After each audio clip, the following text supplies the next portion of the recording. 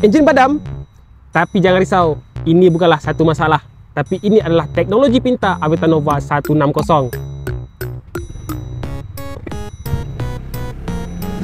Aveta Nova 160 dilengkapi dengan ISS, Idling Start Stop System. ISS adalah teknologi yang mematikan enjin motosikal secara automatik apabila berhenti seketika dan menghidupkannya kembali apabila anda sudah bersedia nak bergerak. Sebelum kita teruskan dengan video ni, buat anda yang masih belum follow, like, komen dan share video dan akaun ni, jom sama-sama tunjukkan sokongan anda kepada jenama motosikal tempatan dengan cara klik butang-butang tersebut. Nombor 1, jimat petrol. Sebab apa? Sebab enjin tak hidup ketika tak perlu. Dan hasilnya, kurang penggunaan bahan api dalam jangka masa panjang.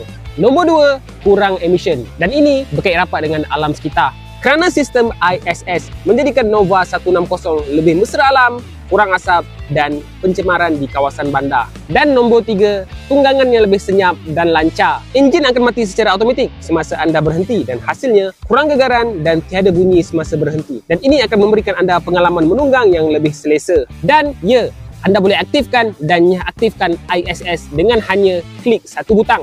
Ini bukan sekadar skuter biasa, tapi dengan sistem ISS, ianya lebih pintar, lebih jimat dan lebih mesra alam.